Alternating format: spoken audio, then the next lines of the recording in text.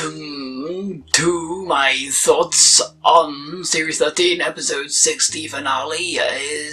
What was it called? The Vanquishers, that was the one. Let's call this one a bit of a mixed bag, shall we? So yeah, basically I know we've got some specials after this, but this was technically the finale to the Series 13 Flux storyline. So, episode was called The Vanquishers, which didn't really have much of a bearing on anything. Really, to be honest, they kind of referenced that that's what the Sontarans would be if their plan went through. Apart from that, it was just kind of a cool title, I guess, that they chose. Sounds cool, so I let it slide.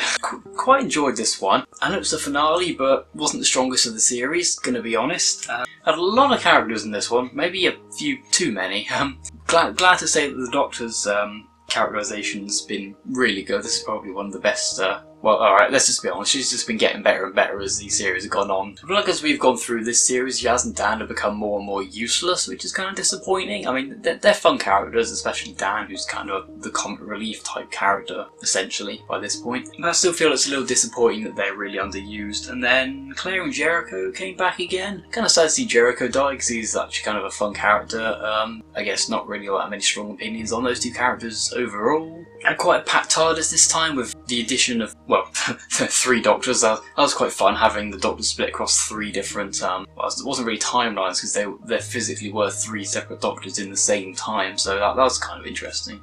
Not to mention rather disturbing. Of course, we had Calvinista, but had some interesting stuff with his character as well. A little bit of backstory. Apparently, he was classed as like a companion of one of the past Doctors, probably Joe Martin one, because that's the one we saw in the flashback in episode 3. So we've got some nice development from him with the Sontarans wiping out the rest of his species, which all happened off screen, which is a little disappointing. And then we had Belle and Vinda finally meeting up, which is quite a nice little touch. I wasn't really too bothered about their story, all in all, to be honest, but it's nice that they rounded it off quite well.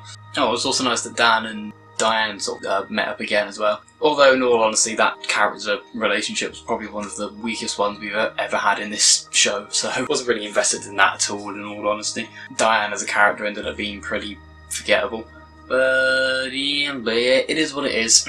It's nice that we got basically a conclusion to the mystery of what was his name? Joseph Williamson and his tunnels. Turns out his tunnels ended up being like runoffs of the flux energy, so that you know, we got an explanation for that at least, so that's better than nothing. Generally speaking, all the characters were either fine, passable, ranging up to really good in terms of the Doctor. Well, the one thing I'm really disappointed in is Kate's inclusion in this episode. What was the point in bringing back Kate Stewart other than as either a bit of fan service or just a nice addition because we included Unit as part of one of the side plots with the Grand Serpent character last week? What was the point in bringing Kate into this? I thought because of how sparingly she was in last episode and that she was in the trailer for this one that we were going to be seeing a lot more from her, but she has nothing to do in this episode. She barely gets out from the background. She doesn't even like have any proper interaction with the Doctor besides being in the same room with her until like one of the very last scenes, so hugely disappointed with the use of Kate Stewart in this episode, but I mean, it sounds like they're planning on bringing her back in one of the specials next year, so fingers crossed she actually does something this time. But yeah, that was definitely one of the weakest points of the episode for me. I think the funniest moment of the episode was the scene where they confront the Sontaran raiding the chocolate from an abandoned corner shop. Never in my life did I think I needed so badly to see a Sontaran, the widest eyes imaginable, just lustfully say, "Chocolate."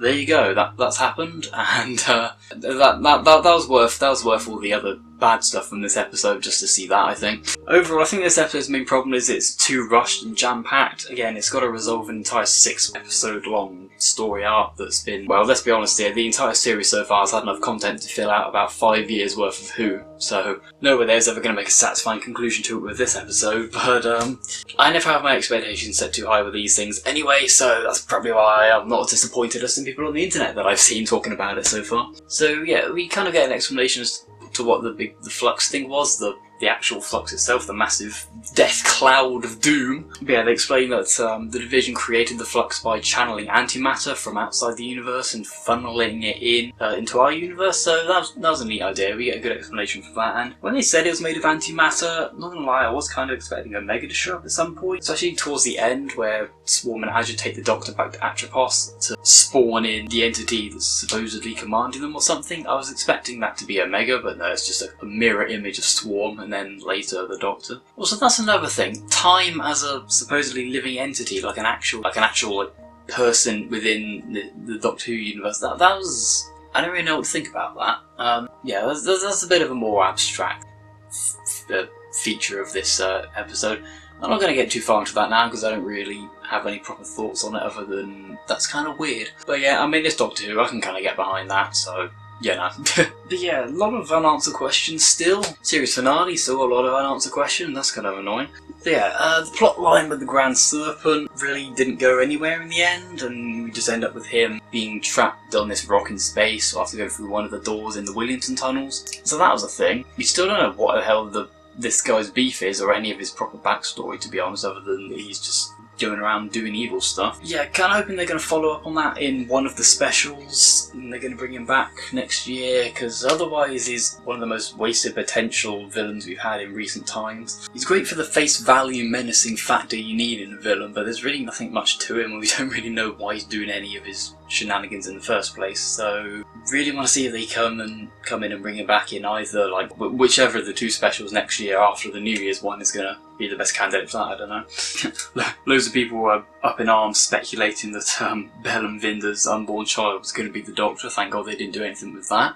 But yeah, we are still kind of in the dark about a lot of things as well. We didn't really get much expansion on Swarm and Azure either. They ended up just being rather charming and charismatic cackling villains, but without the maniacal cackling bit, with a very vague backstory that doesn't really give us a proper reason for why they're doing what they're doing. Seems to be a bit of a signature trademark of Chibnall's to sort of build things up pretty well and then just rush the ending to the point where it's kind of anticlimactic. And also the physical manifestation of whatever time's meant to be in this story just ups and kills both the Ravagers, so again, an anticlimactic ending to their existence as well. A little bit of foreshadowing in that last scene on Atropos as well, when the Doctor was talking to the time entity, whatever the fuck we're going to call it now. Obviously that's like the most unsubtle foreshadowing ever for the return of the Master and the eventual regeneration at the end of the centenary special. I mean, anyone who didn't immediately catch on to that is probably a few brain cells short of having any IQ points whatsoever. But in other news, the Doctor's now got the fob watch with the memories of her past selves before Hartnell in it, although she hasn't used it. She's just dropped it down the TARDIS's waste disposal chute, which is apparently on the console now, and just told it to stick it somewhere in the TARDIS and don't tell me where it is unless I absolutely ask you to. I kind of thought that would be the case, that she would either be in a position to regain them directly from the watch, but then at the last minute just like have a change of mind and be like, no, I don't want them back after all. Or they would do something like this, like she would like get the watch and then like she technically does have the memories back in her possession, but she hasn't restored them in her own mind. She just has the receptacle that's storing them currently stored somewhere in the TARDIS, so they're technically in her safekeeping now, so that's sort of resolved that plot line, but you know. Other than that, I think generally not really the most satisfying conclusion to the Flux story arc, but I think as an episode I found it quite enjoyable to watch. Who's ever going to forget the chocolate moment with the Sontaran in the corner shop, let's be honest here. I don't know which Sontaran moment has been funnier from this series, the chocolate line or the I wanted to ride a horse line from back in episode 2. But all in all, bit of a mixed bag of an episode. Really, personally, I found it quite enjoyable, but then again, I have very low standards when it comes to entertainment in general, especially with Doctor Who. That's probably why I enjoy pretty much anything this franchise has ever put out, except for that one episode that I always mention that I despise that we won't name here. So to summarise, an episode that I know has a lot of faults and probably isn't the best or most satisfying conclusion to the story arc, and I know I've seen a lot of people on the internet saying similar things that they don't like it as well. A lot more strongly worded than me, I gotta say.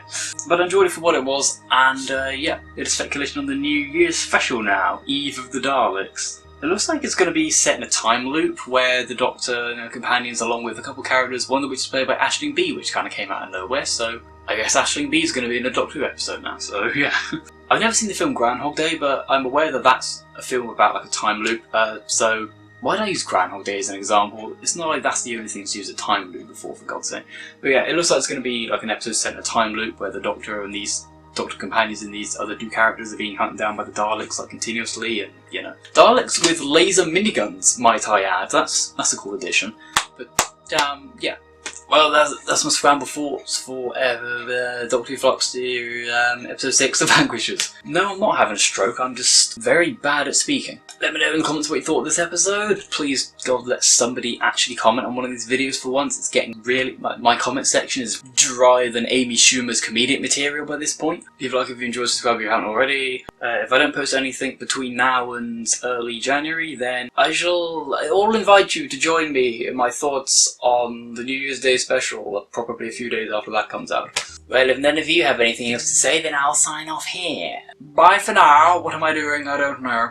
Well, off to visit your mother! That was a TF2 spy reference, by the way, in case you didn't know.